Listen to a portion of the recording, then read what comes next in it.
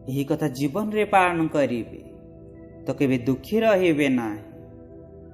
धन रे नोही मन रे धनी हुओ, कहीं ना मंदिर रे स्वर्ण कलश तो थाए किंतु नतमस्तक तो पथरर सीढ़ी रे ही हेबाकू पड़ी थाए।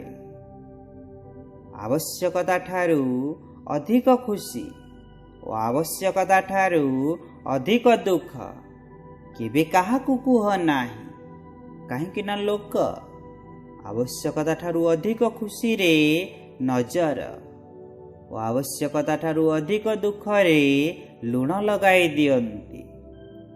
जहा सहजरे मिली जाए ताहा छलना, जहा कठिनतारे मिली थाए ताहा सम्मान, जहा हृदयरू मिले ताहा प्रेम और जहा भाग्यरू मिले ताहा प्रकृत मित्र अटे।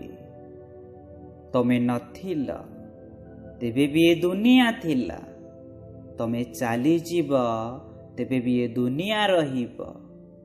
एठारे बड़रू बड़ आसीछंती ओ चाली गलेनी, कहार भी रहिबा न रहिबारे ए पृथ्वी बा लोकंकु कौनसी फरक पड़े नाही। एथिपाई चिंतारू मुक्त होई करी वर्तमान समयर आनंदनीय बीती जाइथिबा जीवन को केबे मने पकाओ नाही। ओ भाग्य रे जहा लेखा अछि तार चिंता कर नाही। जहा हेब ताहा होई करी ही रहिब।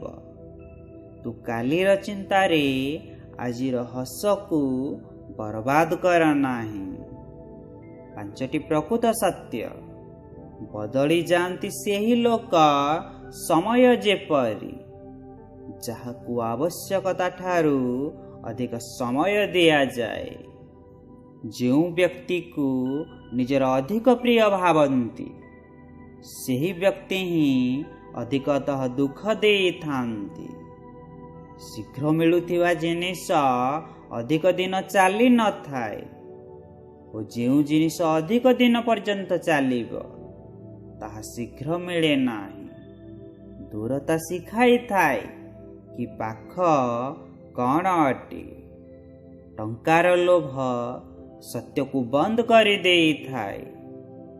दुनियार चारोटी स्थान केबे पूरण हुए नाही। समुद्र, श्मशान, तृष्णा और मनुष्यर मन। निजर सुंदरतार आकलन दर्पण रे नुही, लोकंकर हृदय रे खोज।